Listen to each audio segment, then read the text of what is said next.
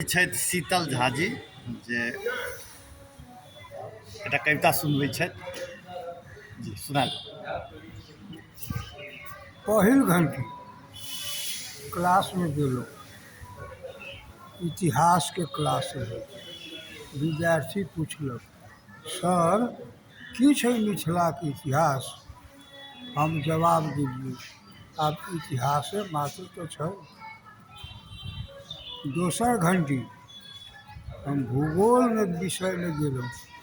विद्यार्थी पूछलक, सर की छै मिथिला के भूगोल? हम उत्तर देलियै, जे गोल भऽ गेलै सएह छै मिथिला के भूगोल। तेसर घंटी हम संस्कृति विषय में गेलहुँ। विद्यार्थी पूछलक, सर की छै मिथिला के संस्कृति?